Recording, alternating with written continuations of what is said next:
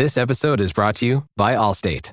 Some people just know they could save hundreds on car insurance by checking Allstate first. Like you know to check the date of the big game first before you accidentally buy tickets on your 20th wedding anniversary and have to spend the next 20 years of your marriage making up for it. Yeah, checking first is smart. So check Allstate first for a quote that could save you hundreds. You're in good hands with Allstate. Savings vary. Terms apply. Allstate Fire and Casualty Insurance Company and Affiliates. Northbrook, Illinois. This episode is brought to you by Unstoppable. Discover the inspiring true story about Anthony Robles, who defied every expectation to become a national wrestling champion in Unstoppable, a new original movie from Amazon MGM Studios and director William Goldenberg, evoking the excitement and camaraderie of classic sports dramas and thrilling wrestling matches. Unstoppable features an all-star ensemble cast, including Jarrell Jerome, Jennifer Lopez, Don Cheadle, Michael Pena, and Bobby Cannavale. Watch Unstoppable now, exclusively on Amazon Prime Video. Welcome to The Think Tank, presented by Modern Football Technology. The Think Tank is where top minds in football coaching come together to tackle some of the game's biggest challenges and explore innovative strategies. In each episode, we'll dive deep into key topics like offensive and defensive structure, player development, game day adjustments, trending concepts and schemes, and more. All with insights you can apply directly to your offense, defense, or special teams. Each week, you'll hear from 3 different coaches, bringing their unique perspectives, experiences, and game-changing approaches. Whether you're a seasoned coach or just starting your journey, the Think Tank will challenge your thinking and help you take your coaching to the next level. Get ready to elevate your coaching and see the game in a whole new way.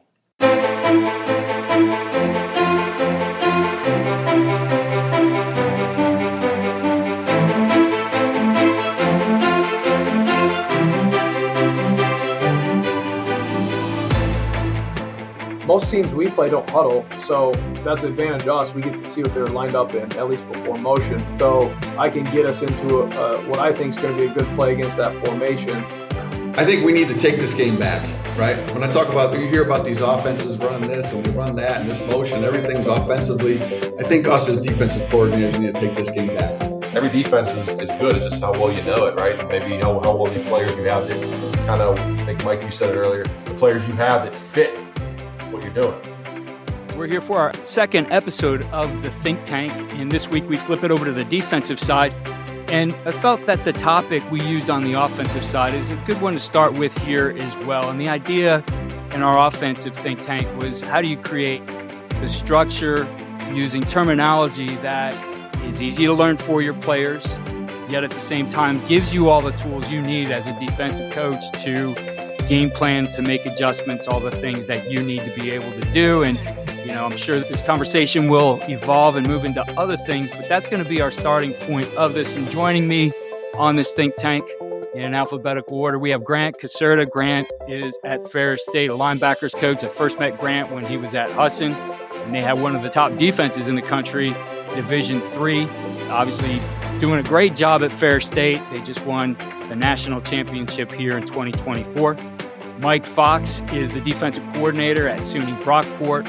Mike has done an excellent job there. They've been at the top of Division III on defense, everything from scoring defense to total defense, tackles for loss, sacks, all kinds of things. Does a great job just stopping people. And I know the one year when I had him on just had a ridiculous, I don't remember what it was, but yards per carry and total yards per rushing were so low. You wondered if they were just facing teams that threw the ball all the time, but they were stopping everything. Just a great job there.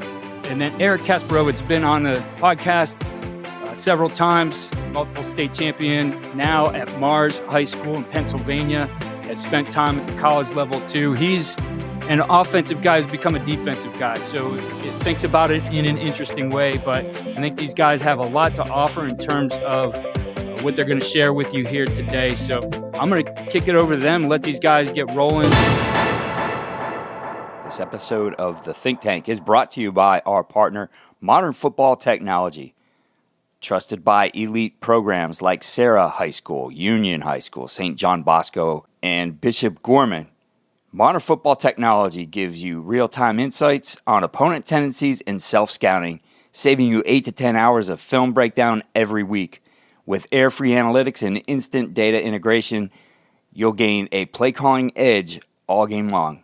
Visit teammofo.com to schedule your demo today and see how modern football technology delivers real-time tendencies and real-time results.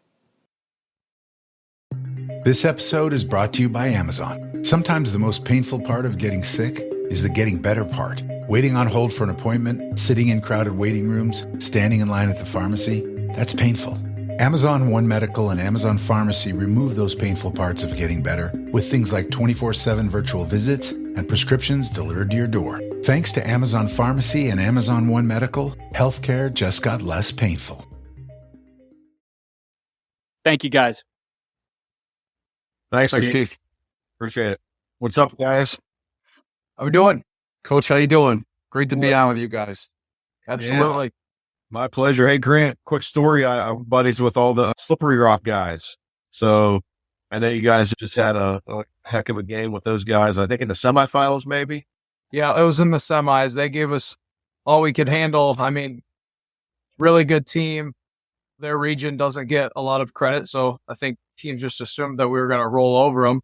And they had a really good offense in particular. Their quarterback was a finalist for the Harlan Hill. Their O-line was really good. Their receiver went crazy against us. So really good team. Coach was awesome. Good staff. So, yeah, a lot of respect for those guys for sure. Coach Lutz does a great job. Good friend of mine. And Coach Rosanna is the D coordinator there. And he's been there for years. He was on my staff years ago, back 12 years ago, before he went up there. But he's done a tremendous job there as well. But I got to catch pieces of that game. You guys were doing pretty impressive. So congrats on a tremendous year. That's awesome. Coach, speaking of a really good receiver, right? You're going to face one in the playoffs. Is that something that you guys will do in the off season? Come up with a plan for you're playing, you're going to play an excellent receiver one week. Hey, let's put in this package, this coverage, this check in the spring, in the summer, talk about it and work on it. Hey guys, in the spring, this is what we're going to do versus X, Y, and Z team. Is that something that you guys have installed in spring and fall camp and this way it's ready to go? Or is that something you might take two coverages based off of where the receiver is located and during the week say, hey, let's combine these two things. This is what we're going to do this week. Yeah, that is how we would do it. Combine it based on where he's going to be. In regards to your first question, to be honest with you, that's not something we've done in the spring, although I think after this year it should be because we had a couple of guys we played the week before Central Oklahoma. Their guy had like 1,600 yards receiving and 20 touchdowns or something like that. So we had a whole game plan on him. And then in the national championship game, we had a game plan around another receiver who was a 1,000-yard guy. And we felt like stopping him was the key. So we ended up developing a few calls that we used a lot. So I think this spring we'll definitely carry those on and make sure that we install them, even if there's, our offense is all 10 personnel. That's the other thing too. In spring ball, all we see is 10P. We don't see 11, 12, anything else. So it's sometimes harder to run all of our calls against that offense because a lot of what we see is 11 and 12. But it's definitely something we should put in and practice ahead of time, just so that way it's not, once you get to this season, you've only worked on it that week leading up to it. And it's something that the guys can automatically come back to and get after. Because in the past, like when I worked at Illinois Wesleyan, we played a couple of teams that had really good receivers and they'd move them all over the place. That's always the biggest challenge is when you don't know where he's going to be. If he's the X, there's so many things you can do knowing where he's going to be. If he lines up at 1 to the field, 2 to the field, 3 to the field, now it's a lot more challenging. So we've built things like that in the past where we're going to make the coverage on where that dude is. And I think, to me, that's the best way to do it is if you're going to make their second guy beat you, I like your chances a lot better. So definitely something we'll work on in the spring just to keep getting better at it. What's your guys' experience been like with that in terms of there's a dude you have to stop in the pass game? Yeah, I agree with you 100%. I think the big thing is when you wake up on Sunday morning and you get all your data and you speed check it all and it's all good and you're praying to God that he is lined up at X the whole time, right? That's a tough situation. He moves all over the place for sure. But I'm with you, Grant. Just they ain't going to beat us with him. We're going to do all we can to take that dude out of the game, make him beat you with the next guy, right? I think they say, well, you take your couple schools of thought, you can take away their best and make the second guy beat you. You can You put your best on their second guy and you double their best guy. I mean, it's a couple of schools of thought there. There's a bunch of different structures and whatnot out there, but in my case, he ain't going to beat us. So we're going to do everything we can to take that guy away. Yeah. I think for us, in our version of split field coverage that we run, which is newer for us this year, we installed a coverage that the guy is at X. Okay, this is going to be able to take away this guy. Whether it's a dog call to the boundary, whether it's a cover 2 clamp call to the boundary. There's one way we're going to take away the X if he has X. And then if there's anywhere to the trips, okay, this is our call we would make in our split field deal to take away a field receiver. Not necessarily if he's at number 3, number 2, number 1, but we're going to try to play some 4/3 and even 5/3 if we can. And then during the week, we played some good receivers this year. We would tag it and we would really work in spring and summer of, hey, these are our 2 coverages. Why are we calling them? Our boundary coverage, this is it. Our field coverage, if the guy's there, this is what we're going to call. And then in our calling system, we would put his number on the wristband. And our kids knew in the week that we're playing our field coverage. If he's to the field, we're playing our boundary coverage to the field. So that's all just based off number of the receiver. And as long as the kids, I feel like, have a good understanding of this is the coverage and why are we calling it? Okay, then. And again, that goes back to your teaching. Are you teaching the kids just the coverage or why you're running it? And if you can do a good job of teaching them why you're running it, I just feel like they're going to learn it more. They're going to remember it more. And then you can later on go and say, hey, okay, let's do this week. No doubt. That all ties it how we're talking these different calls, packages into family. So the more we can understand it, give them the situation where they get the pain bill, they're going to remember. Same school of thought. Yeah. And we've had some of that where it's like, the more we practice it, the better we get at it, obviously. But like, we're going to double team this guy. But if we don't drill down on how we're going to do that, who's inside leverage, who's outside leverage, who's under, who's over, that type of thing, you end up where you're looking stupid because you got a guy doubled. He breaks one guy's leverage and now he's still catching the ball and you had him doubled. So yes, that's one of those huge things where you continue to rep it, and it may feel unnatural for an inside bracket player to just play so heavy inside, but understanding where the other guy is, that sense of awareness of where everybody is on the field, I think makes those calls good because they're only as good as our guys run them. So practicing those little details is huge. And Grant, to that point, even we're, a split field defense, like Mike, for the most part, press on the outside, kind of base rules. So when we do, in fact, bracket somebody or whatnot, we try to do it. I mean, even to the point where I try to do same as principle. Inside leverage, we're teaching that guy just, hey, picture he's at a real wide split, maintain inside leverage. And we always tell him to coach him to play it like normal, but just be overly aggressive at the line of scrimmage. So I'm not teaching a whole new technique just at the high school level and having kind of limited time and guys playing both ways. Really just trying to, that way we're not teaching a whole different concept. Oh, hey, this is our, whether it's cover 2-man under or whether it's a bracket, just trying to do as much same ass principles of what we already do. So, yeah. And then, if you're teaching a press outside or you're teaching a press inside, I love that. Hey, pretend he's got a really wide split or pretend he's got a really cut split and use it that way can really simplify it. Yeah. I wanted to ask you too, Coach Fox, about, and you too, Eric, about split field coverages. And I know, Mike, you said you guys do wristbands and stuff. How does that look for you on the wristband? Are you spelling out kind of everybody's jobs? Is it more 1-2 word calls that have more to it, but they've memorized it as a 1-word call? Or how do you guys do that when it's split field? Because one of the challenges I've always found is if I'm calling a 2x2 call with a 3x1 front side call with a backside call, but I want to tell the corner to play this technique and I want to disguise it, suddenly it's 5 or 6 words long. How do you guys handle that? And what do you do to condense things for your guys? For us, we're a wristband system with everything. So unlike some other teams, where they have the full call on there for everyone, it's just an easy way to get the call into defense. For us, each position has their responsibility. And our split field deal is a little bit different. That's probably where we're going to put the entire coverage on for the back end. At least they have a great idea of what everyone else is doing. Because that's one of the downfalls of the system that we run is you're not always going to know what everyone else is doing. Now, it's a really good way to be very complex up front, still while keeping it simple.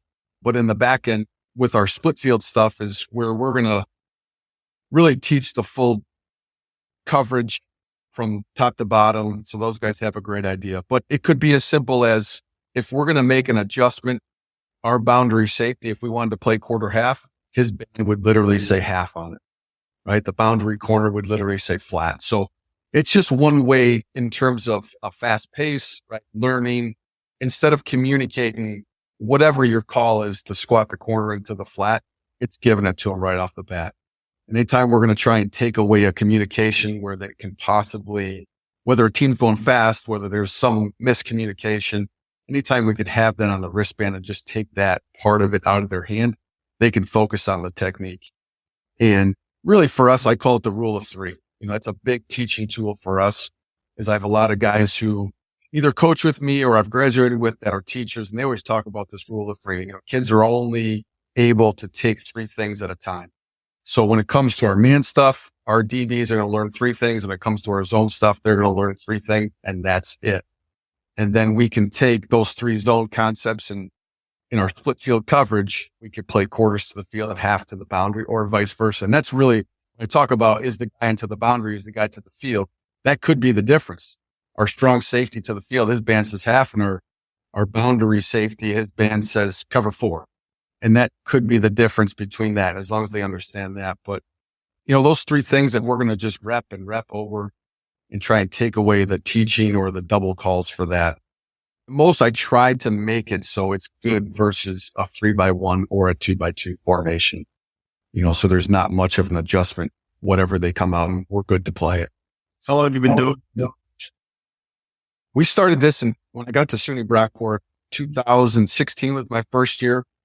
Kind of ran the defense that they had been running here. And then that off season, my GA and I, we spent the whole off season just kind of breaking down our calls and figuring out what we can put on our linebacker wristband with our Sam linebacker, and just try and marry it all together. And it was a long process, probably 6 months, but we figured it out, and we're still figuring it out to this day. But I don't say this to brag, because I don't use 1,000 calls, but I have 1,000 calls on the wristband. Now I try to eliminate that. I always call it my top 20, but I could throw any one of those on there at any time. And I think our kids could run any of those calls fairly easy, because again, every position, we're going to learn 3 things. We're going to learn, when it comes to coverage, our Sam linebacker is going to learn 3 things. When it comes to our pressures, he's going to learn 3 things.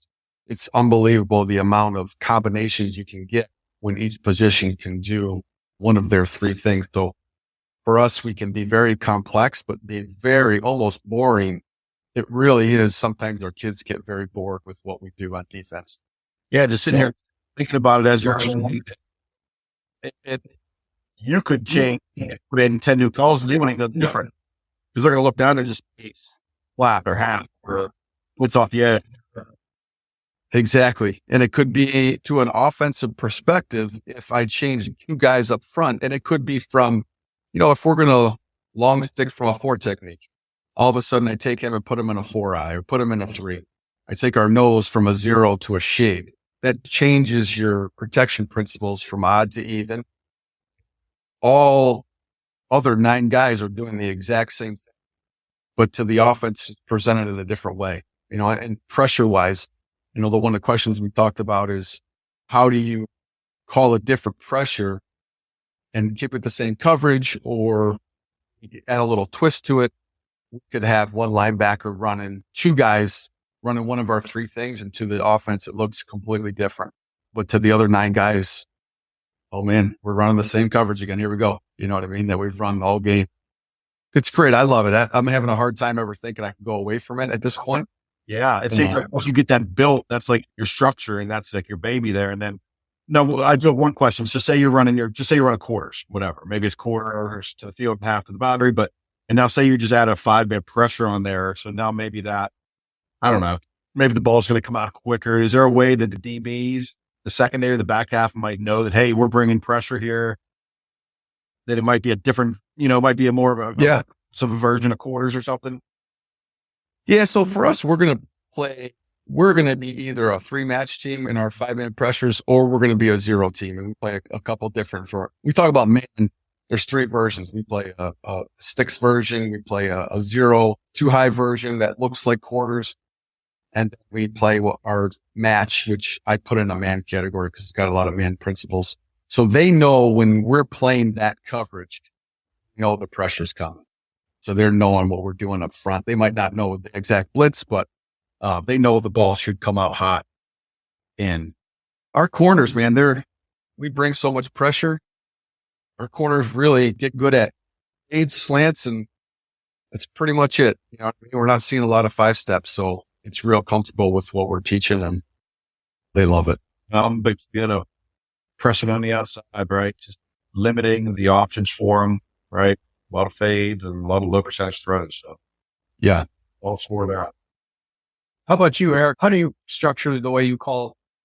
You signal it in? You do wristbands? Yep. So coming from the offensive side, we're as no huddle up tempo as you could be back in early 2000s, 2010, 11, 12, went down and learned from Art Browse and Baylor and how they ran their offense with all that. So as fast as you go. So came back here and into Pennsylvania, and we started doing that offensively. And then when I went over to the defensive side of the ball, I tried to take a lot of those same principles and move to the defensive side. We're a signal page. We signal everything. I've always wanted to think about it. I always battled back between the wristband and signal what's faster, right? What's more efficient, if we want to change things. So ultimately we try to marry it in as many things as we can together, right? As I get into this more and more, I try to build things on top of each other as much as I can. So, hey, for instance, if it might be early on, anytime we're going to bring a boundary dog or boundary pressure, I want my Mike to he's going to mug in the A gap. And I could try to marry as much of those guys, doing multiple things as I can with that. And then as we go, we try to get as many 1-word calls as we can, or 5, 6, 7 top calls. We try to build together and give it that 1 word that we're going to do a lot. And we go to that. And ultimately, Grant, when we come to a lot of what we're doing, we have our calls, but a lot of it is check with me. I bet you 75% of my calls on a Friday night is just, we're base check based on what they come out at. And maybe I should limit it to 3, Mike. That's a good rule to have, but we usually go into a game plan with 5 or 6 base checks. Hey, we're going to go out and play this. Unless they come out in this. If they come out in this, we're going to check to this. The snipper is here. We're going to do this. And that could be anything from, we're going to pressure 1 week. It could be anything like you said, Mike, from lining up into a 4-eye versus a 5 and playing a heavy technique versus not. So just trying to really, because at the high school level, unlike you guys, we probably face, I'm going to say simpler, but we're playing Northeast High School. Well, we know they're primarily going to be 11 personnel. They're going to do this, and 10 personnel, they're going to do this. The better the teams are playing, they'll try to keep the same personnel and try to do everything, which obviously makes it more difficult. But when they change personnel, we have a pretty good idea what they're going to do. We're not seeing too much crazy stuff. So we're able to kind of hang our hat on what they've done is what they're going to come out, at least try to do it. Or at least that's where I'll stop with what they're doing well. So, yeah. And that was one thing I wanted to ask you guys too, was what systems do you guys have, or freedom do you give your players if you get a certain look? Like you said, we get a certain look, we're checking this automatically, or we get a certain look and we're getting out of this, or blitz the formation type stuff where you're making a play call, but it's subject to change on the field. How do you guys do that, and how? Yeah, my base way is just to speak. The first part of that is we have like right now, we sit down in the offseason, we'll pick our 6 or 7 things. Hey, just based on our defense, based on our quarters, our overfront quarters defense, I know what the weaknesses are. So I know if you come out and just old school slot, right, or twins, tight end twins, pro twins, whatever you call it, then we're weak in the B gap, right, to the weak side. So we have base calls based on 3, 4, 5, 6 formations that we see throughout the year that they come out in this, we're going to check this. And that's our base call. We're going to get into something safe. And then week to week, we can change that. We might have 3 or 4 ways to do that. But our kids, our linebackers, our D-line knows that, hey, when they come out in this, we want to get into that. Maybe it's checking cover 2 into the boundary versus a condensed split, or whatever things that you see a lot of. Or I know what hurts us, so I know how to protect that, right? I mean, all defense is good, and you're only as good as you can fix throughout a game, right? When teams are trying to hurt you. So that's how we kind of approach it. I think it's obviously a little tougher for us because with what we do, but I try and stay away from that as much as possible, unless there's a formation receiver set that I think is really going to give us an issue. And we'll do that if it's something that we're not going to see a ton of, if they come out in this special formation. For example, for us, we were seeing a lot of nub tight end trips away. We call it Joker. That's just what we call it. And we worked on it. We came up with it in the off season, and we worked on it in spring. We worked on it in fall camp, and it would just be a one-word thing for us, Joker. And it was automatic blitz and the certain covers that we would run. Other than that, like Coach, I want to keep it as simple. You talk about the same as principle. If 9 guys can do the same thing, it can be a small tweak between 2 guys. I'm all about doing that in our certain coverage, especially, but we're only going to do that really with our split field stuff. Any of our pressure stuff, we're going to play it across the board, and we're able to do our pressure stuff versus any formation that they come out in. So, yeah, I always like that idea that they shouldn't be able to get us out of something if we don't want to. We should have the ability to get out of something that we know is bad. But I always hated it when I first started calling plays and I didn't really know any better.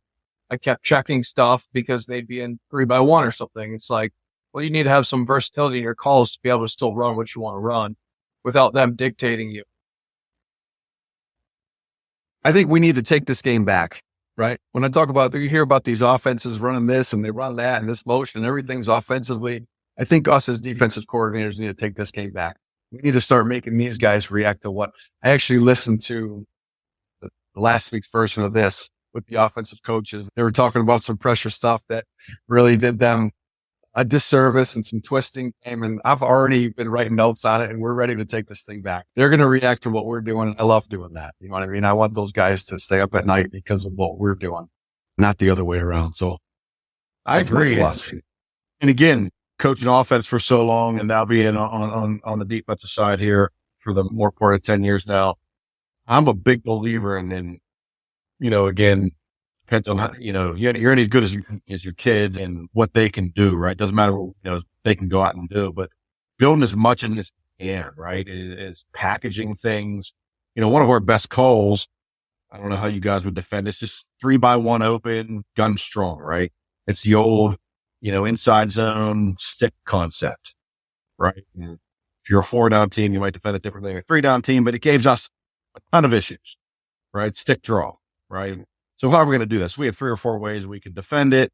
But if we played our base defense or our base quarter structure, it was tough on us because it put the Mike in a bind. Day one, he's going to fit the run and they're going to pull the ball and throw it there, like the, stick RPO. So we came up with a one-word call that did like 14 different things within that call.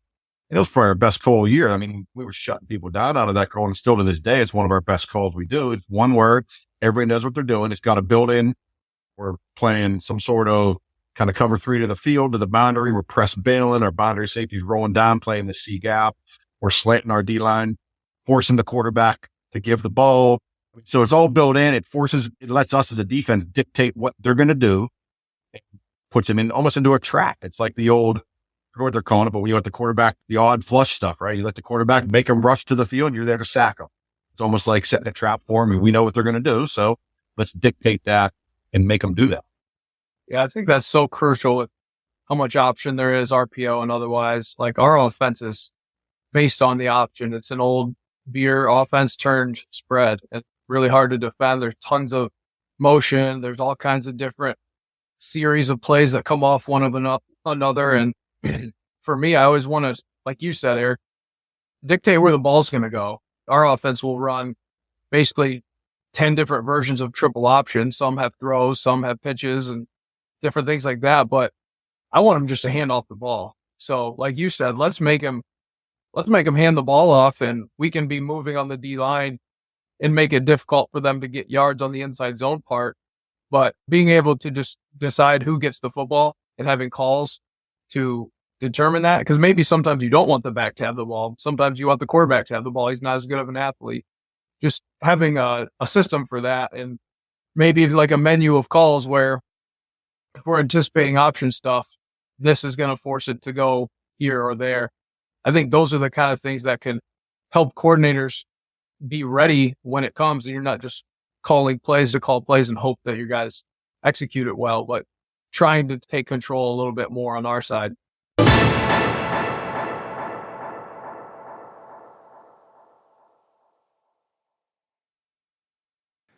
I want to take a quick break and help you learn more about our partner for the think tank, Modern Football Technology. You've heard me talk about it, but I wanted to be sure you knew exactly what it does for you as a defensive coordinator and why you should consider using it to help you win games. To help me do that, Folsom High School defensive coordinator Jordan Ersick joins me to talk about his experience with Modern Football Technology. First, he shares why it gives them a playing advantage. During the game, I mean, the biggest thing we're getting analytics on and tendencies on is ourselves, getting efficiency metrics based off of our front movement pressure coverage, comparing that to our call sheet, having the ability to filter during the game in between series, seeing, hey, is this, the right call for this situation? Is it batting at an efficiency that is good for us? We always look at 40%. And, having the timing of when to go to the next call by situations by using those efficiencies. Another thing I'd say during the game is just being able to compare and contrast opponent tendencies. Historically, what did we see versus what we're seeing in game? Is 12 personnel on second and medium the same run pass split as what we saw historically? And if it's not, then getting that insight faster and allowing us to make those adjustments faster using objective numbers gets our coaching staff aligned with suggestions faster. I would say the third thing is probably being able to track how opponents are protecting their quarterbacks, being able to use metrics, slide direction information, and being able to see, what type of protection they're doing based off running back locations or formations, and certain concepts, tracking those slide directions and then being able to draw up pressures and movements that counter that protection and get to the quarterback faster and create a lot more dirty pockets. Coach Ersick likes to track what he identifies as the big six in-game in order to be sure that they're on track as a defense. He explains that here. In-game, another thing we're tracking is the big six, which is our game goals. For us, that's always tracking yards per play, third down conversion rates, 90% havoc rating, among other things. And this technology allows us to be able to make sure we're on track for those during the game and staying on par with our 6 game goals that we try to accomplish week in and week out, and making sure we're on par to hit those throughout the game. In-game decisions at the speed of the game are reason enough, but the benefits of modern football don't stop there. Post-game, Modern Football Technology will save you a ton of time, as Coach Ersick points out. Post-game, it's huge. This is probably one of the most efficient seasons I've ever been around as a coach in terms of the amount of information we're able to accumulate and get done in terms of a time frame, which is for a lot of high school defensive staffs, it's a 48 to 72 hour window.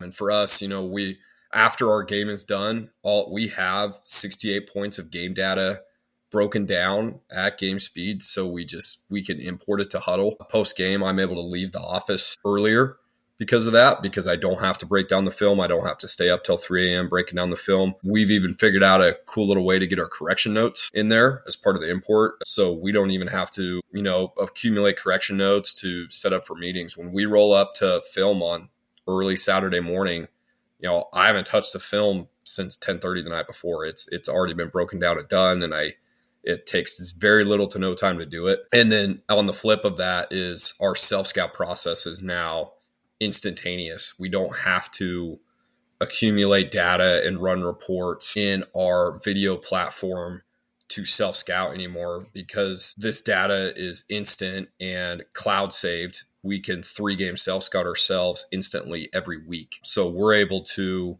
at our coaches meeting, be able to self-scout best, worst looks, what's our own tendencies, where do we need to break tendencies and such. And this is the first time I've ever been college or high school in a setting where we're able to do that every single week. And it's literally just because of this software giving us the time and allowing us to be efficient enough to do that. So saving the time certainly is some of that return on investment, but ultimately, I think what coaches want to know, is it going to help me win games? So here's what Coach Ersick has to say for those of you who might be skeptical or wondering, is this going to help me win football games? I think any good ball coach, I think 80% of it is still the Jimmies and the Joes. And what types of kids are on your roster. I think 19% of it is your prep, which is coaching. And I think 1% of it is how you manage in-game adjustments. And modern football can be that 1% for you and helping you win tight games. And we call it the 1% advantage when we meet with coaches around the country that use this software. Hopefully that gives you a better idea about what modern football technology is. I recommend taking a little of your time to book a demo and see exactly how it works.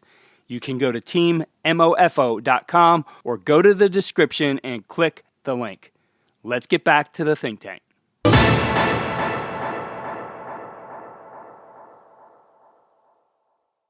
Grant, there was one question that you wrote you were interested in talking about. I'm really interested to hear this as well from you guys, but how do you guys, stemming and pre-snap movement disguises in terms of coverage? It's something I'd be really interested because personally, we have not been great in terms of, disguising our coverage and whatnot. Pressure wise, we have two calls. We have a show call and a mug call. And those are basically just you're showing, you're mugging, and you're dropping. Those are two calls pressure wise that I think have worked for us. But coverage wise, are you guys doing anything coverage wise? Is there anything built into any of your coverages where you're disguising? Is something you guys just do on third down? Is it built in? How are you guys installing that? Well, here we kind of try to keep everything looking the same.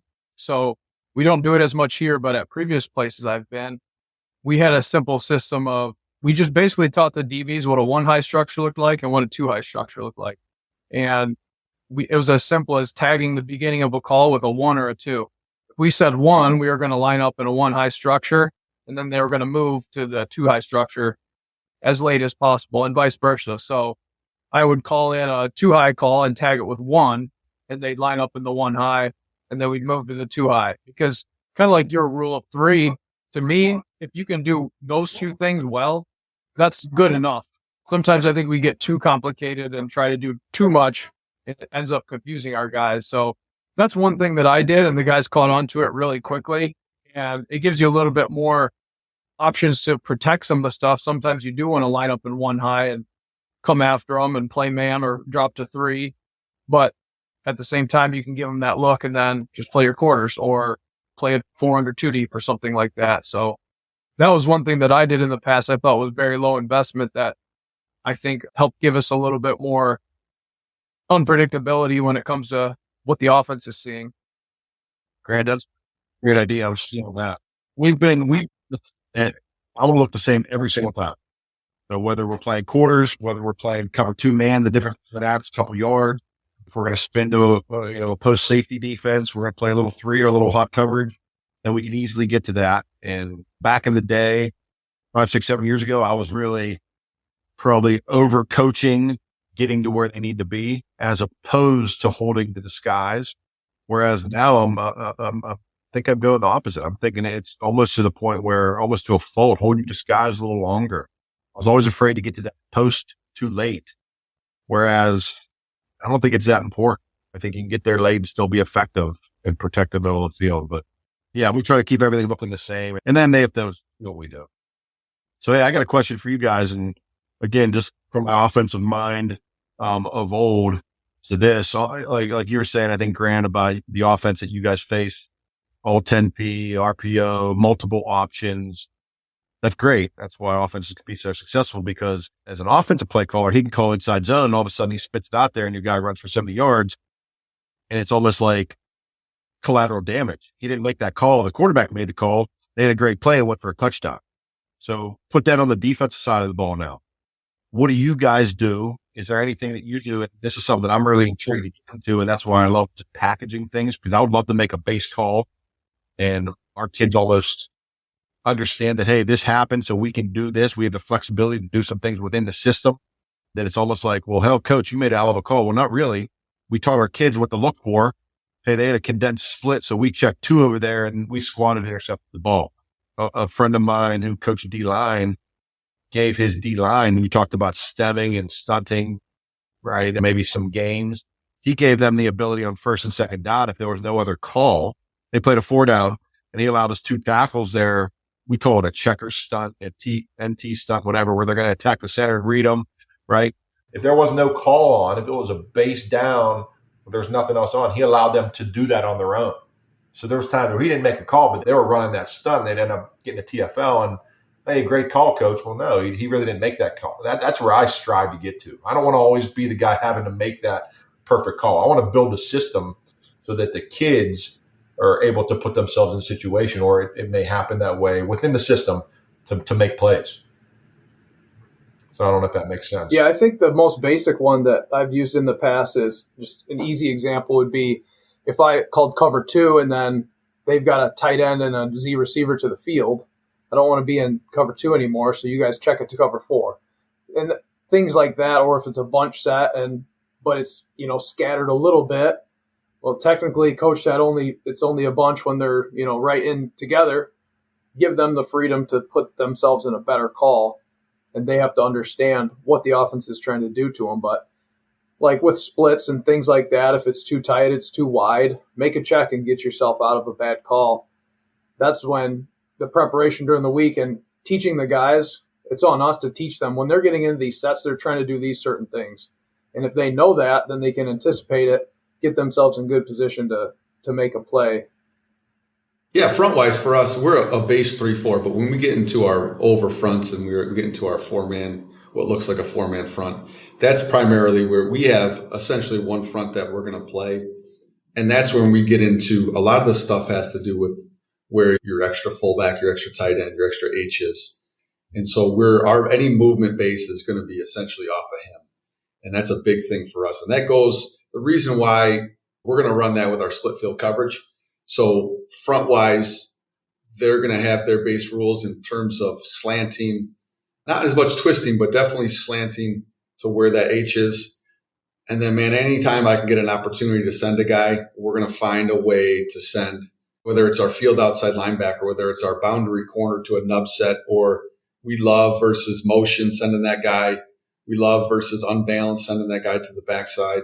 So anytime I can get a chance to send an edge blitzer to us, and that goes back to what we talked about as prior, that doesn't really affect 9 out of the 11 guys. So if we can do that and get an added pressure onto it, where we're still playing, our split field coverage, but we're adding a 5th guy to that.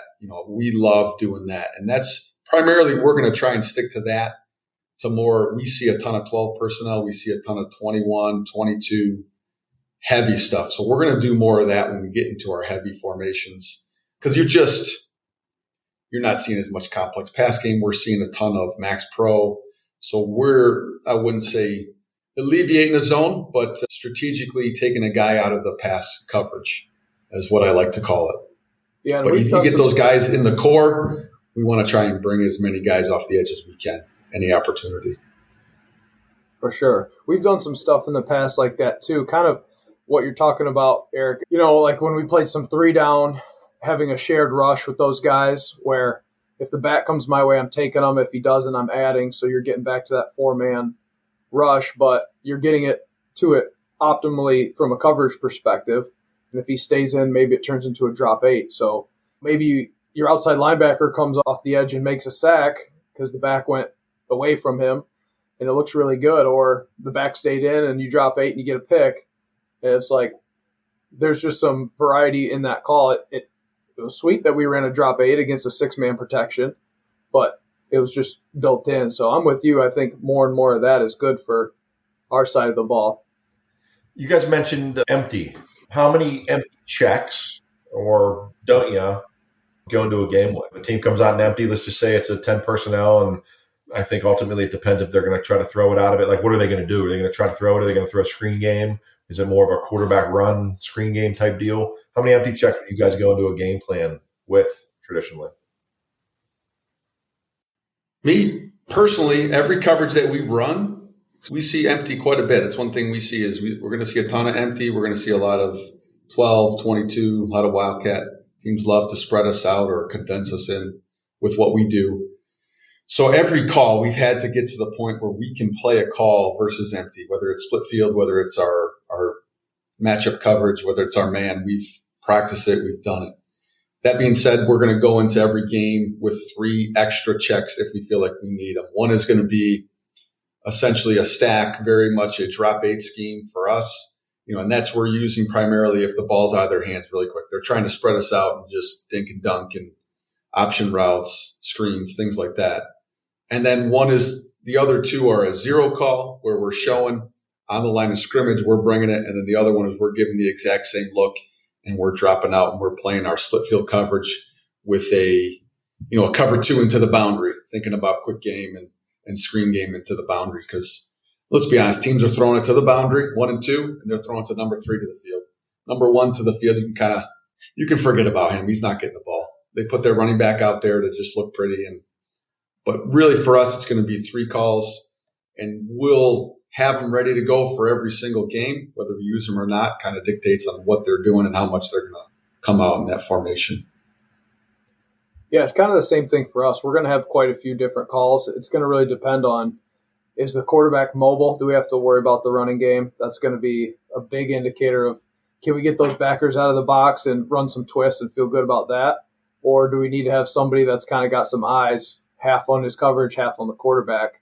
But we're going to have, like Mike said, we'll roll down into cover 3 and leave 1 to the field.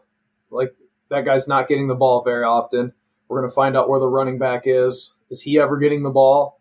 Do we really need to cover him heavily? We're going to look at those things. But we run everything from cover 1 to 2, 3, and then even our split field stuff. And that's just gives you a lot of versatility to defend whatever they're going to do, because we see teams that can spend 25 plays a game and empty against us at times. Like with you guys, Mike, when guys stop running the ball at all, they got to do something. So sometimes they go to that empty, and if you don't have more than just a 1 or 2 checks, they can really start to exploit you if you're not prepared for that. So even if we're not going to use them, we need to have some answers to change it up in case they're giving us something we're not prepared for, or their scheme is exploiting our coverages.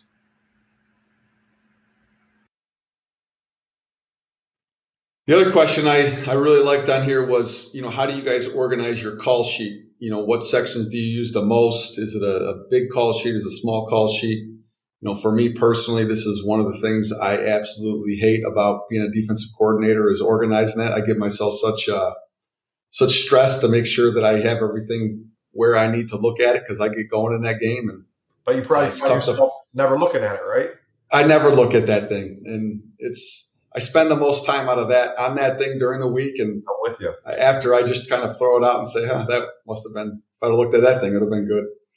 But how do you guys break it down? Is it personnel? Is it down and distance based? Is it both? Is there a spot for your top calls? Yeah. So again, high school football, we like to think we play pretty good football in Pennsylvania, but still I'm 100% formation based.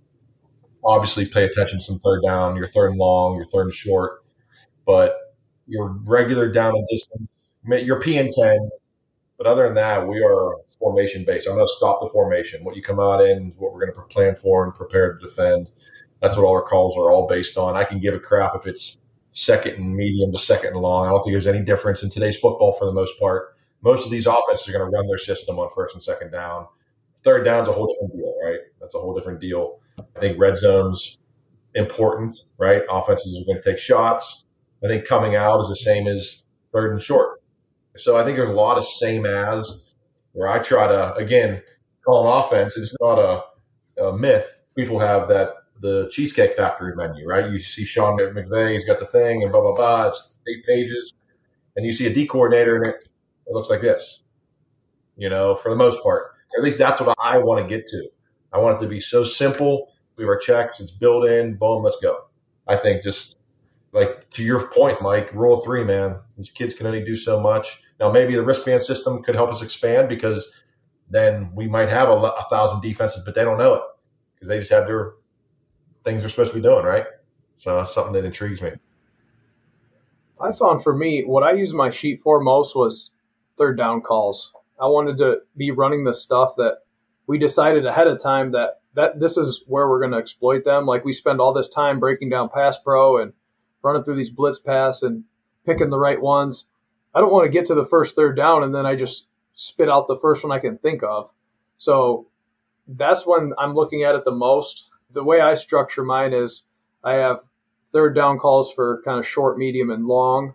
And then I'll have run pressures that I feel good about on any down. Big personnel calls, because that'll be a short menu, but I want to make sure that I'm calling the right stuff. And base downs, if we're just playing coverage or we're just doing basic four-man rush stuff, a lot of times I won't be looking at my sheet. I'll just kind of call that off a feel a little bit, because I like to see most teams we play don't huddle. So that's the advantage of us. We get to see what they're lined up in, at least before motion. So I can get us into what I think is going to be a good play against that formation.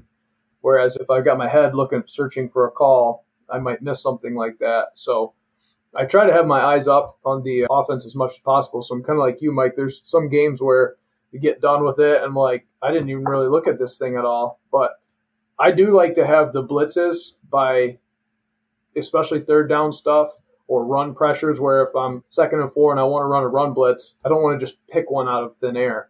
I want to pick one that we decided during the week that we liked, because otherwise I feel like we're wasting our time game planning if you're not going to call the plays that you all agreed that you liked in the staff room.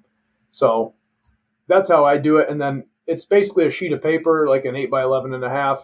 One side has all the calls that I like by situation or down and distance, and then the other side has basically the full menu of anything. So the reason I have that is if there's something that they're giving us that we weren't expecting, say I still want to run this pressure, but that coverage is no good anymore, I have a list of each blitz and all the coverage options with each blitz. So I can mix and match if I'm sitting there on the sidelines while the offense is out there.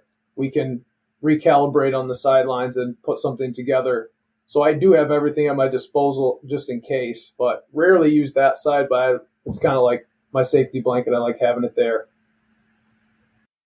Yeah, you got to have answers. Got to have answers for the guys. The one thing for us is, I try and treat, for me, game plan may be a little easier because I try and treat first down. My goal of first down is to get a negative play, is to get a TFL. That is the goal. So when I go into a game and we're talking about, first and second down, as long as if it's second down, there's not maybe a receiver that, we're a little nervous about where we need a double like we talked about earlier, or if it's 2nd and 11 and we feel like it's a 100% passing situation, I'm treating first and second down exactly the same. It's all about negative plays in the run game. That's my number one goal, to go out there. So when we get to 3rd and short, I look at my first down and second down play sheet because it's really going to be the same. So for us, very easy. A lot of the situations just kind of blend in together. It makes it easier for the kids. They're running the same stuff. But I agree with you, is if you can come up with personnel-based or down and distance-based, if you love one call during the week, and it fits up with what they're doing 75% about it, I like to have at least one call game plan that might be a little bit different, specifically on third down if they're showing something. And going forward with every situation, if I can get one call on my call sheet that I feel really good about it, because situationally, you never know what's going to come up in the game. You might see a ton of 3rd and shorts. You might see one. But if you can have one that you feel really good about. But for me, I'm much more of a feel, what are we doing well? How are they trying to attack us? Like, Grant, I know you said a lot of teams will come out and do some different stuff. We get that a lot as well. So it's much more of a adjustment feel thing for me in calling. So that's where I find out that I don't use that thing as much as I probably should. And we're all really good play callers whenever it's 3rd and long. I mean, I'm with you, Mike. Stop them on first down, man. I think that's so important. Your rush defense always correlates with your 3rd and long. You can be good on first down, 3rd and long. It's always going to be right next to you. Can you guys see that? Yeah. Yeah, so this is my call sheet. And again, this is probably a note card, a little bit bigger than a note card, but this is a state championship game 2 years ago, and 11 personnel. There's our trips, gun strong, gun weak, and doubles. They were an 11 personnel team. They dabbled in 10 personnel. We have our auto calls here. That if they come out in 11, we're going to do this. If they come out with a wing, we're going to do that, right? If they come out gun strong, we're checking our 28 calls, basically 2 to the field and quarters of the boundary, right? It was the opposite. There's my third down in red, 1, 2, 3, 4, 5 calls there, and then a little bit of their heavy. There's our empty checks, and that was it. So 5-man pressures, we ran 1 5-man pressure, one version that week. And then all of our 6-man pressures were our hot coverage, except, obviously our 0 there. But really just trying to be as simple, as succinct, like you said, Grant, That's what we decided on Sunday, made the call sheet. So when I build the practice plan throughout the week, that's what I called. And then in the game, that's what I wanted to call. Like, we have 85 different versions of six-man pressures, but we only ran 2 that week. We practiced those 2, and we got really good at them. And I feel when we can do that, and when I can do that, because we've all been there, right? We called calls that we probably didn't practice much that week, and you're wondering why it didn't work. Well, that's my stupid fault for calling it, right? We didn't practice it. So the more I try to just be as, simple as we can, try to tighten everything down as much as we can. And when we've done, that's when we've had the most success. One thing I wanted to ask you guys is, I'll just give you a little story real quick, and then I got a question about it. We transitioned from one defense to another from last year to this year, and we had issues with the old defense teaching it because everything was memorization. None of it related to each other. Shark over here could be related to table or whatever. Nothing matched. It was just, all right, what should we call this? And it was like that scene in Anchorman when he's like, I love lamp. He's just like looking at a lamp, and that's how you name the play. That's what we were doing. And then so last year we decided to put everything into categories, families, buckets. I'm always hearing people talk about that. So we decided, all right, all of our 3x1 front side calls are going to be in this category. They're going to be a car brand or whatever. And all these basketball players, those are going to be 5-man pressures or whatever. And it really helped, I think. You said earlier, Eric, the same as teaching.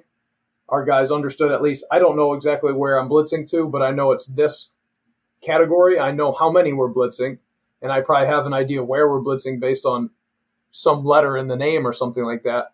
Do you guys do anything like that with buckets of family? And how do you teach your guys the plays?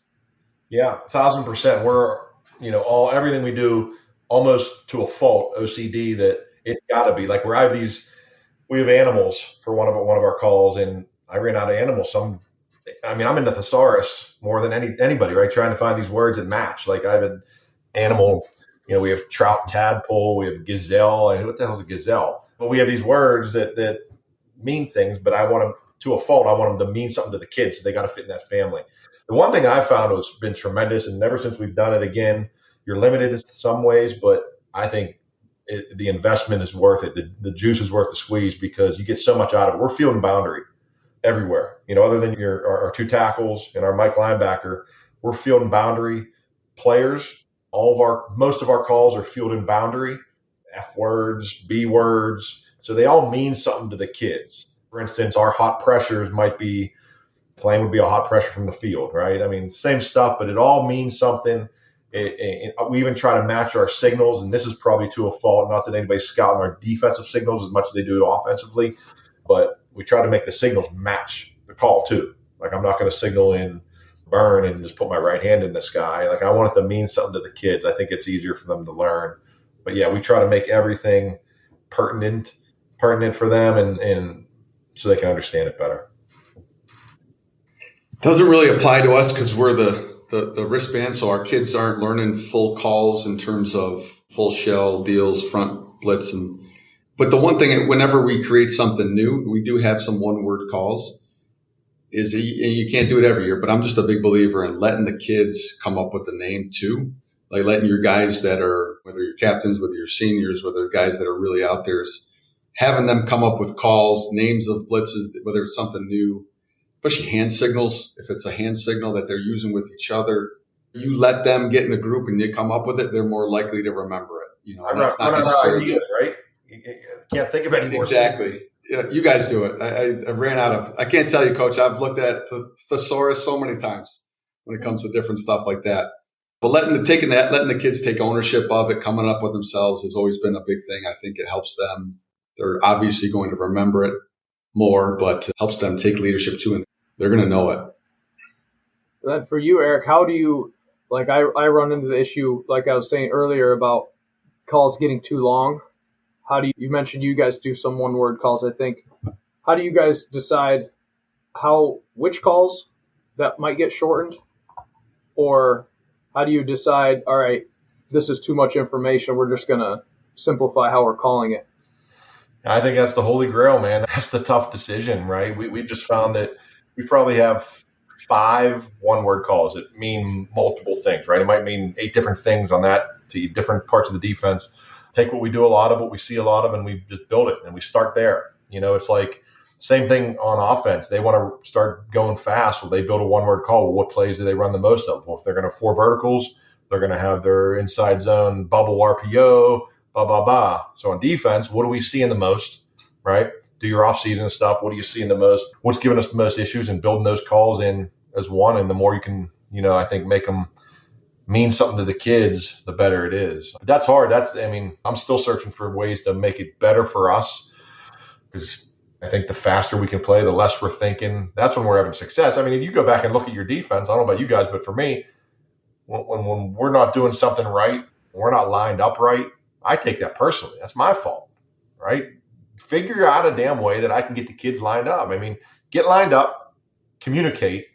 That's 80% of defense, right? Get lined up, communicate, get where you're supposed to be, and then just go react. And they're not thinking, they're not looking around. So I think that's on us as defensive coaches, is finding the best ways to get that set up for them. So like one word calls are great.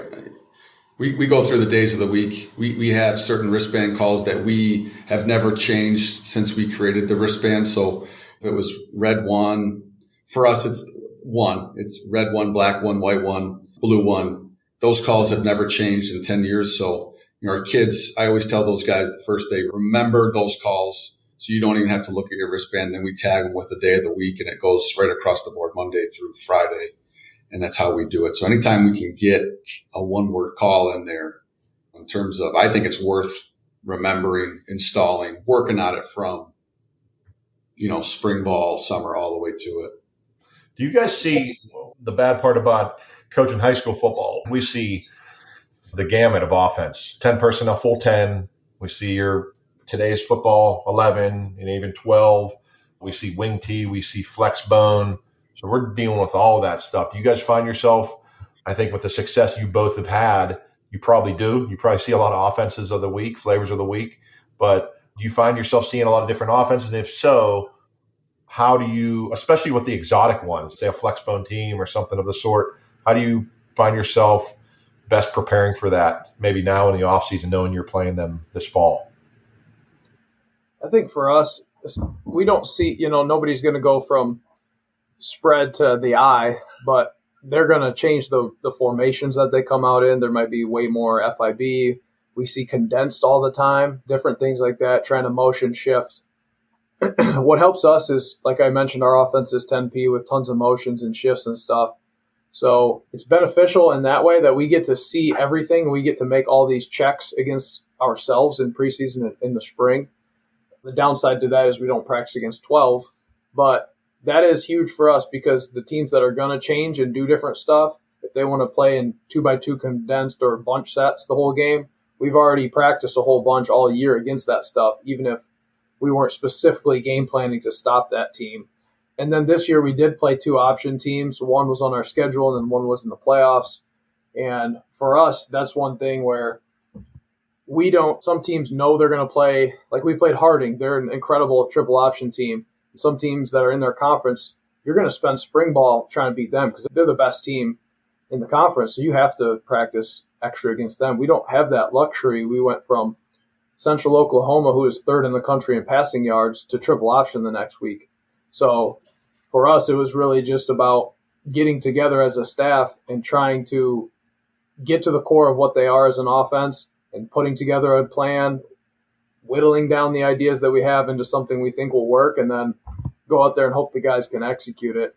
When it comes to those kind of offenses, I think too many times, because I used to play triple option all the time when I was at Husson, and sometimes I'd spend a bunch of time putting in 5 calls, and then we'd use 1 during the game. So I think it's trying to just come up with a sound plan that will work 80% of the time and just hope that your guys can play fast. I think it's everything with off season, really taking a deep dive into what did you actually call during the season. I know, Eric, you talked about, I had all these calls, but I only called this. Really, that was a big thing for me because I love watching football. I love learning about football. I love listening to guys like yourselves. Everything is drawn up versus a 3x1 open versus a 2x2. And that's not reality in what terms of football is. So taking the offseason, really, these are the formations, these are the personnel sets. This is what we're actually going to see, and having a plan. And even if it's just one adjustment, one call, if they come out in a trips bunch into the boundary wide and they go fast pace, this is what we're going to call, and we're going to get it going. Like for us, it's bangle, right? We have a one word we'll call bangle. And that's if you're a fast paced team, you're going to do this. You're going to put the trips in the boundary. You're going to run inside zone. You're going to throw a spot screen. Let's have something ready for that. Let's talk about it in the spring, summer, fall, and do that. Have a unbalanced, right? Let's really work on unbalanced and 12 personnel, because we saw that a ton. Sometimes it takes, a team really getting after you. And we had a team last year really get after us in unbalanced 2 years ago. And I spent a long, hard look in the offseason about how we're going to face unbalanced, and really looking at what are your opponents doing in your conference, who are you playing, really figuring out, let's do this versus this. Let's have at least goal line's a great example. Goal line's another thing that always is one of the longest days in terms of game planning. Let's have something that we're really good at on the goal line that's going to work well against 32. It's going to work well against 14. It's going to work well against 21, and get good at it and practice it. And this way our kids, a lot of times you get into that goal line, hey guys, we're going to run a 6-man front this week. And it's something new for the kids. So anytime you can eliminate that new call, that new tweak week in and week out, and I work on it in fall camp, I work on it in spring. Like you said, Coach, you see all 10. We're similar. Our offense is going to be 20 personnel and they're going to be 10. They're not going to run a lot of. So I use my walkthrough. I use my individual time. And we always, every spring practice, we have a 21 and 12 personnel period. It's 10 minutes. We line up to our formations. The first formation that we went over this year was unbalanced. When everyone wants to get up in a pro formation, that's the easiest. That's your starting point. And said, well, this is what we saw the most of last year. Why would I not start in this and get good at it?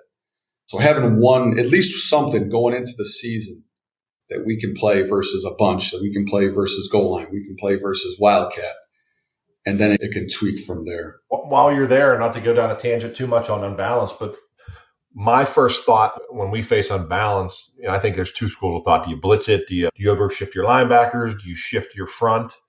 I'm a big believer in, and I'd like to hear your thoughts on just kind of tweaking my alignments of my front, right? Doing some things there. Obviously, you might have to bring a guy up on the ball, but I think you could fix a lot of defensive issues.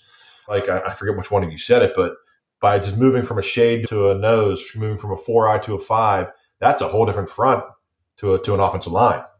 So I think you can solve a lot of problems doing things like that, just little tweaks to your front as opposed to full sail, hey, we're going to blitz off the edge, roll our secondary, and do all these different things. Yeah, I'm a firm believer in solving problems, like Don Brown says, solving problems with aggression. So I might be on the other side. I'm going to find a way to pressure that unbalanced side of it. So that's my first answer to it. But if I find that's not working, just like you said, Coach, last deck, let's shift the guys over to the unbalanced. And generally that's for me, that's a little nervous because you're so vulnerable in the back end, counter, rim, things like that. But if I find it's an issue, we'll make that. And it usually stops it. And then they're okay, let's get out of it. If you can stop it one time, offenses are going to try not to go back to it. So that's kind of a last resort. But I'm always in the mindset of how can we pressure that formation. I think we're kind of in the middle of what you guys both said. If they have a 90% tendency where they're going to run to that heavy side or the long side, then we're certainly going to have something where we're moving that direction or we're pressuring. If it's one of those formations where it's 3-by-1 and the tight ends covered up, they're going to motion the X receiver across and just run their same run scheme, maybe with the threat of a jet to the X. We're probably not going to change our base structure a lot, because I think sometimes teams either over-rotate or under-rotate. That's all the offense wants. Either give them angles to the overloaded side or over-rotate that way and come back the other way. So if there's going to be some sort of balance to where they're going with the ball, we'll probably just stay more, not static, but more basic with what we're doing. If it's going off the tendency really heavy to the one side, we'll probably do some kind of movement or something over that way too. But you're right, Grant. There's multiple kinds, but there's like two kinds of unbalance, right? There's, like you said, they just put the Z on the ball and motion the X. Well, yeah, that's technically going to be unbalanced, but the structure's not, as opposed to tight end, wing, fullback type deal where, hey, we're overloading and we're coming that way. So yeah, when there's a four-man surface and a two-man surface over here, we're going to do that completely different. We might move our whole front over one man. We might slant that direction. We're going to make sure that we're not going to be short bodies to the long side. One thing I wanted to ask you guys, because Coach Mike, you were talking about adding new stuff in terms of blitzing and creating some of your third down stuff where you're attacking. How much is it going to be we're just picking out what stuff we have that is good against their pass pro versus mid-season we want to add a new wrinkle or we want to exploit something that we've seen in film that we don't have something on defense that attacks that very well. How do you guys balance that between adding new stuff and just using what you have? And I call it like starting and benching calls. Like, when is this call activated? When is it deactivated? How much do you carry? I know that's a lot of questions, but just give me an idea how you guys approach game planning the blitzing, specifically, like third down stuff. Great question. I'm on a 3-game rotation. That's the way I like to think about it. So for me, going into the season, we're going to have a base package of what we like to do on third and long in terms of movements up front, blitzes, etc. I'm always going to have my favorites that we run, and those will run every single year, but again, I'll take some things that we did last year. I'll take some things that we did 2 years ago. And this year, hey, this is our package. This is what we're going to run. And I put them on a 3-game cycle. So game 1, for us, we're seeing a 4-man slide a ton. Okay. If we get into it, we're not seeing a ton of full man slide, especially when they get into their 10-piece stuff. But, so slide wise, we're seeing a lot of the same stuff week to week to week. But presenting wise, I'll go into third down with, let's say, I want to try and keep it, if I can, to 3 calls that we're going to run, 3 pressures. The next week, it's going to be another 3. The following week, it's going to be another 3. And then we're going to rotate back to the first. So if I said I had 9 to 10 third down pressures that we're going to run all season, that's about the max that I would be at all season. And I'm going to try and not show the same one week to week. So I'll come back in the 4th game and go back to week 1 and say, hey, this really worked. Let's take this one. And this way, the offense is not really, it's tough for them to watch our last game and say, well, they did this last game. Let's prepare for that one. This is what they ran the most. So I would say going into any given season, we're going to be no more than 10 third down calls in terms of pressures that we run. And then we're going to just try and cycle them through in really a 3-game deal. Yeah, Mike, very, very similar. I might not have as many calls, but I like to do the same thing. And I might not totally bench it, like you said, Grant, the next week, but I'm going to definitely present it a different way, right? I might present it from, a tight front as opposed to just our 5-0-5 front, or might stem from our over front to an under front and bring it that way. But minimal calls, presenting them different ways. We see all half man, half slide. In high school football, you can't cut, so we never, ever see full slide. So it's always whether 3-man slide, 4-man slide. And then as far as what we like, there's just, like you guys, certain pressures that I like, certain coverages I like versus certain formations. Certain ones I love versus 3-by-1 open, and certain ones that I'll never ever call versus 2-by-2 because of this and this, So just going into a plan, having a plan for that. If I call this and we're gonna run it, if they come out and in a certain set, we can get out of it and get into something that we want to be in. But really just trying to not put our kids in no position where they can't be successful. Yeah. So I think if you put it into the kids, I think kids have a lot of fun and they get excited when we call it a 7-on-7 team period on Thursdays where we strictly work third down longs. We bring the D-line linebackers over. They rush, but it's just first 3 steps. And I tell them it's 7-on-7. We're not even coming close to the quarterback. But I also think we really give our kids up front the ability to move pre-snap as well. So if you're going to be in a 3 technique, start in a 4, start in a shade. Now, sometimes they'll run into each other here and there, but kind of leave it in their hands and let them have fun with it. And pre-snap, we're going to stem a little bit. So it might look a little different than it did the week prior to that or the week prior to that. But kids really enjoy that. And it's something easy. And it's really going to look a ton different to the coach and then the player on the field. offensive line wise.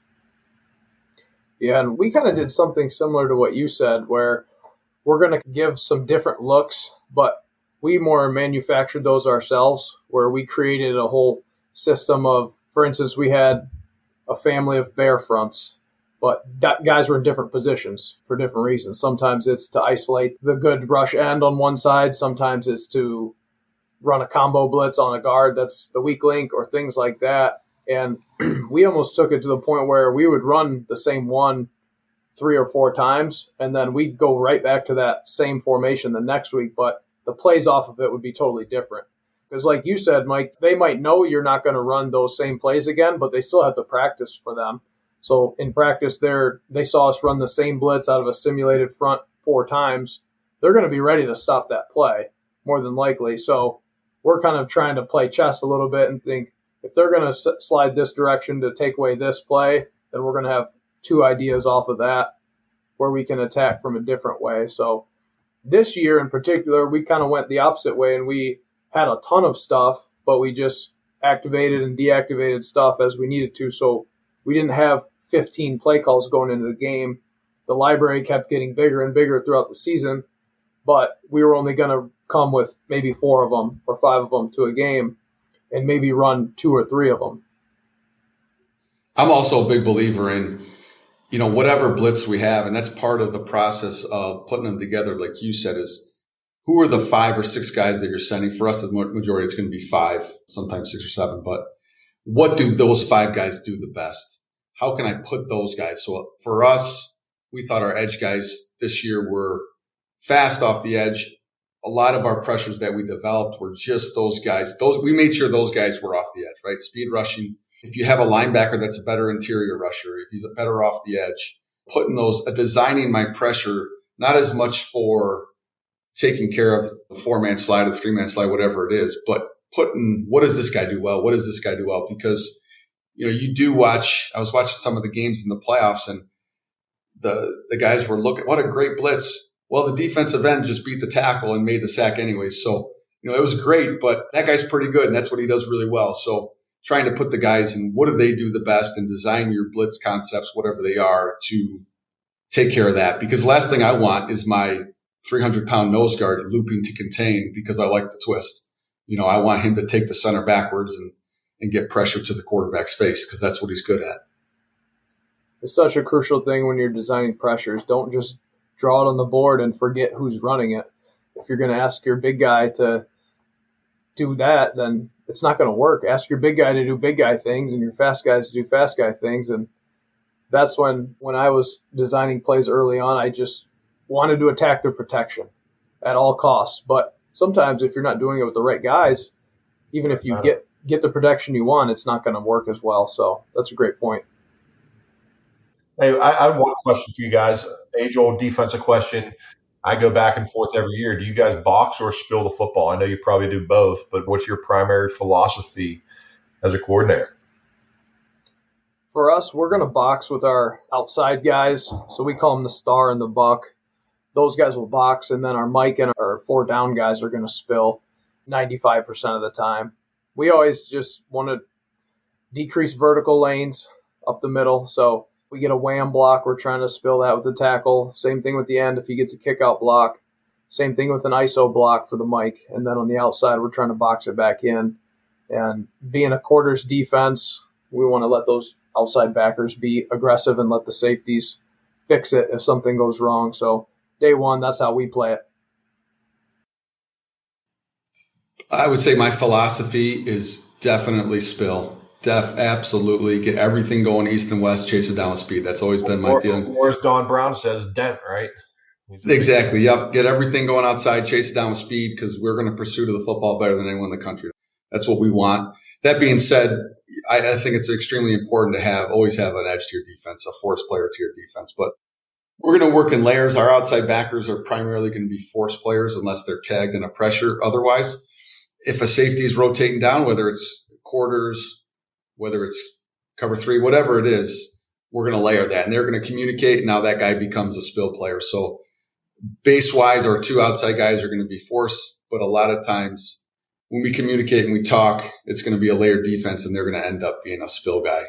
and to those safeties, those linebackers coming over the top. But and it's I can't stress enough. You watch the NFL, I feel like everyone I'm a Bills fan now. Those guys box more than anyone in the country.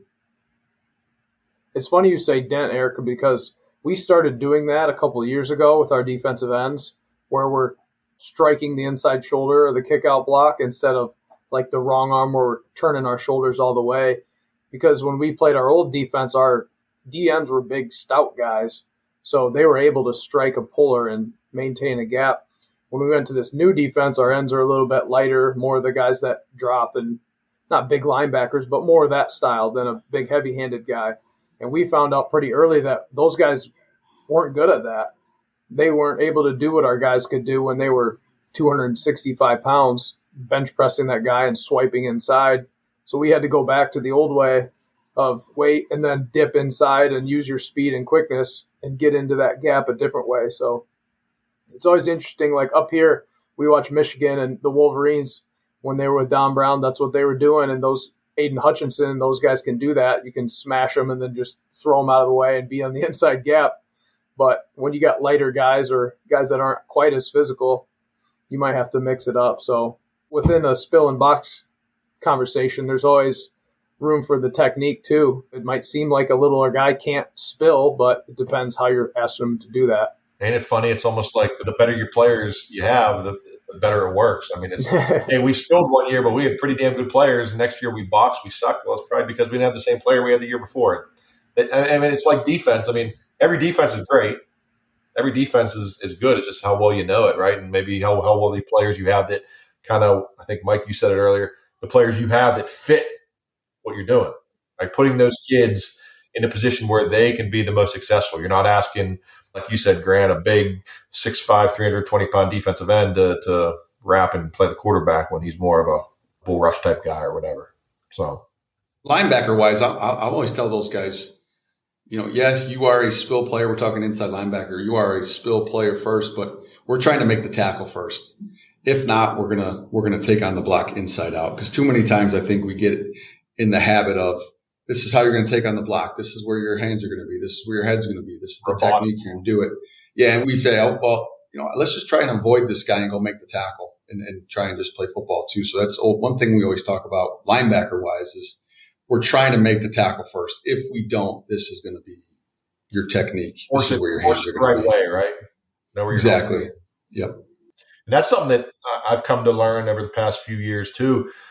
Talking about spill and box, and again, one of you just mentioned this, but depending if you're bringing a pressure, especially whether it's a 5-man or 6-man pressure, communicating with each other, almost saying, hey, I'm a spill player, I'm a we call it a plug player, right? If you're a plug player, you're underneath, or a chase player. If they go zone read, are you sitting or are you chasing and forcing that ball back, or are you contain, right? Are you an ultimate contain player?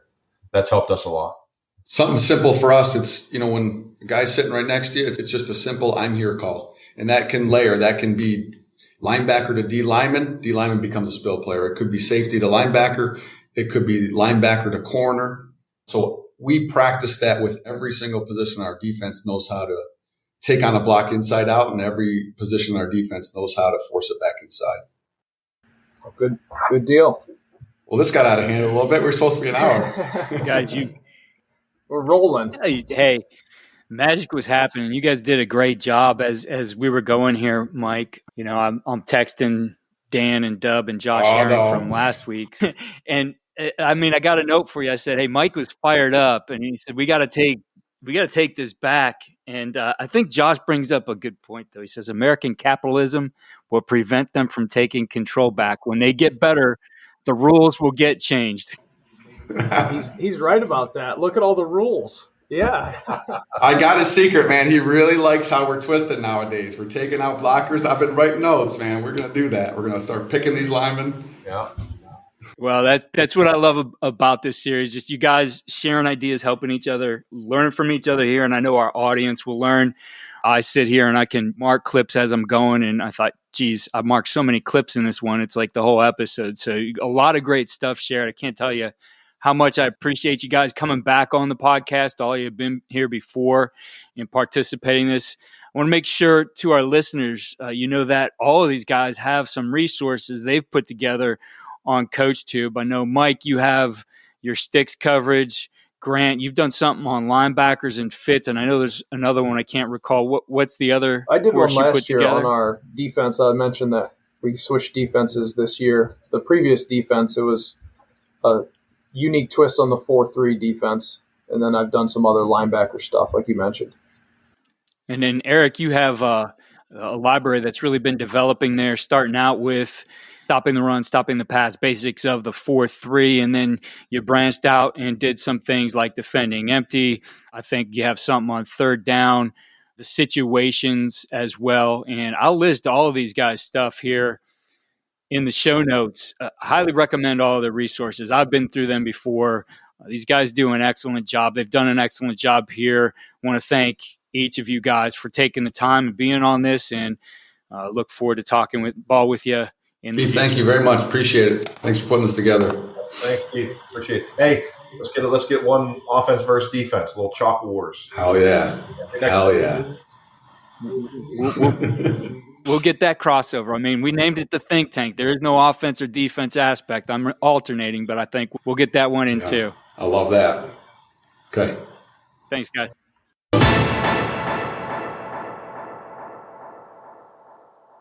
Thanks for tuning in to this episode of The Think Tank on the Coach and Coordinator Network, presented by our partners, Modern Football Technology. Real-time tendencies, real-time results. Visit teammofo.com to learn more about how their cutting-edge tools can elevate your coaching. Thanks again for listening, and we'll see you next time.